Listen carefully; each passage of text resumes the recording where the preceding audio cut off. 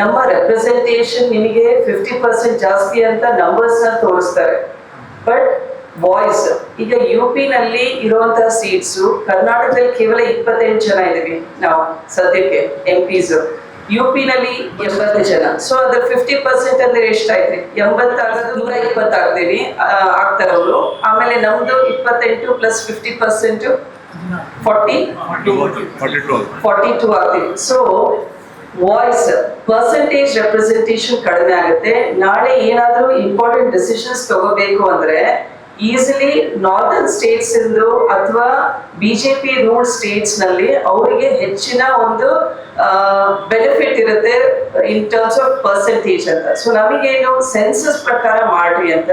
ಆಮೇಲೆ delimitation commission ಅಲ್ಲೂ ಕೂಡ ಒಂದು ರೀತಿಯ ಪಾರದರ್ಶಕತೆ ಬೇಕು, OBC ರೆಪ್ರೆಸೆಂಟೇಷನ್ ಬೇಕು. ಇದೆಲ್ಲದು ಮೈನರ್ ಪಾಯಿಂಟ್ಸ್. ನಮ್ಮ ಏನು ಆತಂಕ ಇದೆ ಅದನ್ನು ಕೂಡ ಆಲ್ ಪಾರ್ಟಿ ಮೀಟಿಂಗ್ ಕರೆದ್ರೆ ಅಲ್ಲಿ ಹೇಳ್ತಿದ್ವಿ. ಸೊ ಅದನ್ನ ಅವರು ಕ್ಲಾರಿಟಿ ಕೊಡ್ಲಿ ಇನ್ ಟರ್ಮ್ಸ್ ಆಫ್ ಪರ್ಸೆಂಟೇಜ್ ನಮ್ಮ ರೆಪ್ರೆಸೆಂಟೇಷನ್. ಆಮೇಲೆ ಇಷ್ಟು ವರ್ಷ ನಾವೇನು ನಮ್ಮ ಪಾಪ್ಯುಲೇಷನ್ ಕಂಟ್ರೋಲ್ ಇರ್ಬೋದು ಎಲ್ಲದನ್ನು ಕೂಡ ಲಿಮಿಟ್ ನಲ್ಲಿ ತಂದು ಬೆಟರ್ ಪರ್ಫಾರ್ಮಿಂಗ್ ಸ್ಟೇಟ್ಸ್ ಆಗಿ ನಾವು ಬಂದಿದ್ದೀವಿ. ಈಗಾಗಲೇ GDP ಆಮೇಲೆ GST ಕಾಂಟ್ರಿಬ್ಯೂಷನ್ ಅಲ್ಲಿ ಏನು ಮಹಾರಾಷ್ಟ್ರ, ಕರ್ನಾಟಕ, ತಮಿಳುನಾಡು ಇವೆಲ್ಲವೂ ಜಾಸ್ತಿ ಕೇಂದ್ರ ಸರ್ಕಾರ ಕೊಡ್ತಾ ಇದೆ. ಆದ್ರೆ ಈಗಲೂ ಕೂಡ ನಾವು ಕೇಂದ್ರ ಸರ್ಕಾರದಲ್ಲಿ ಒಂದು ಏಮ್ಸ್ ಸಂಸ್ಥೆ ಇಲ್ಲ ಕರ್ನಾಟಕದಲ್ಲಿ. ನಾರ್ದರ್ನ್ ಸ್ಟೇಟ್ಸ್ ನಲ್ಲಿ 2-3 ಏಮ್ಸ್ ಇದಾವೆ. ಸೊ ಇದನ್ನ ಯಾವ ರೀತಿ ನಾವು ಎಕ್ಸ್ಪ್ರೆಸ್ ಮಾಡ್ಬೇಕು ಅಂತ ಈಗಲೇ ನಮಗೆ ರೆಪ್ರೆಸೆಂಟೇಷನ್ ಸಿಗ್ತಾ ಇಲ್ಲ, ಸ್ಯಾಂಕ್ಷನ್ಸ್ ಆಗ್ತಾ ಇಲ್ಲ, ಗ್ರಾಂಟ್ಸ್ ಆಗ್ತಾ ಇಲ್ಲ ಇರಿಗೇಷನ್ ಪ್ರಾಜೆಕ್ಟ್ಸ್ಗೆ. ಮತ್ತೆ ಈ 840 ತಂದ್ಮೇಲೆ 850 ತಂದ್ಮೇಲೆ ಯಾವ ರೀತಿಯಂತಹ ವಾತಾವರಣ ಇರುತ್ತೆ ಅಂತ ಆತಂಕ ಇದೆ.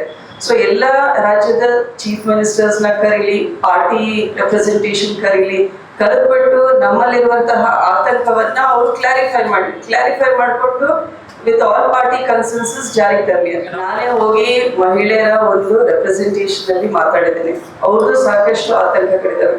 ಒಬ್ಬ ಮಹಿಳೆ ನಿಲ್ಬೇಕು ಅಂದ್ರೆ ಅವರಿಗೆ ಫಂಡಿಂಗ್ ಯಾವ ರೀತಿ ಮಾಡ್ತೀರಾ, ಆ ಮಹಿಳೆಯರ ರೆಪ್ರೆಸೆಂಟೇಷನ್ ಯಾವ ರೀತಿ ಇರುತ್ತೆ, ಆಮೇಲೆ ಯಾವ್ಯಾವ ಕ್ಯಾಟಗರಿನಲ್ಲಿ SC ನಲ್ಲಿ, ST ನಲ್ಲಿ, OBC ಮಹಿಳೆಯರಿಗೆ ಎಷ್ಟೆಷ್ಟು ಸೀಟ್ಸ್ ಕೊಡ್ತೀರಾ ಅಂತ.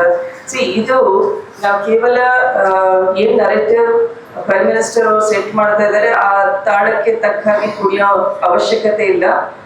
ಇಲ್ಲಿ ಮಹಿಳೆಯರನ್ನ ಸಾಕಷ್ಟು ರೀತಿಯಲ್ಲಿ ನಮ್ಮ ಸ್ವಸಹಾಯ ಸಂಘ SHG ಮಹಿಳೆಯರಿರ್ಬೋದು, ಮಹಿಳೆಯರೀಗ ಎಲ್ಲಾ ಕ್ಷೇತ್ರದಲ್ಲೂ ಮುಂದುವರಿತಾ ಇದ್ದಾರೆ. ರಾಜಕೀಯದಲ್ಲೂ ಕೂಡ ಅವರಿಗೆ along with participation local body election ಅಲ್ಲಿ SHG ಮಹಿಳೆಯರಿಗೆ ಸರ್ಕಾರದಿಂದ ಫಂಡ್ ಇದನ್ನ ಲೋನ್ಸ್ ಕೊಡ್ತಾ ಇದೀವಿ.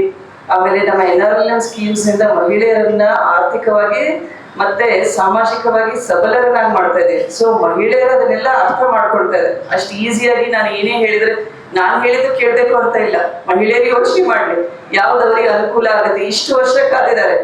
ಈಗ ಯಾವ ರೀತಿ ಕ್ಲಾಸ್ ಅಮೆಂಡ್ಮೆಂಟ್ಸ್ ತಂದು ಅವರಿಗೆ ಸಂಪೂರ್ಣ ಒಂದು ರೆಪ್ರೆಸೆಂಟೇಷನ್ ಕೊಡ್ಲಿಕ್ಕೆ ಸಾಧ್ಯ ಆಗುತ್ತೆ. ಅದು ನಮ್ಮ ಹೋರಾಟ. ಮಹಿಳೆಯರದ್ದು 33% ರೆಪ್ರೆಸೆಂಟೇಷನ್ ಸಿಗುತ್ತೆ. ಅದನ್ನ ಇನ್ನ ಟೈಮ್ ಇದೆ, ಕಾಲ ಮೀರಿಲ್ಲ. ನಮ್ದು ಚುನಾವಣೆ ನಡುವೆ ಇದನ್ನ ಕರಿಬೇಡ್ರಿ ಅಂತ ಇತ್ತು. ಮತ್ತೆ ಎಲ್ಲ ಪಕ್ಷದವ್ರನ್ನ ಕರೆಸ್ಬಿಟ್ಟು ಮಾತಾಡ್ರಿ ಅಂತ.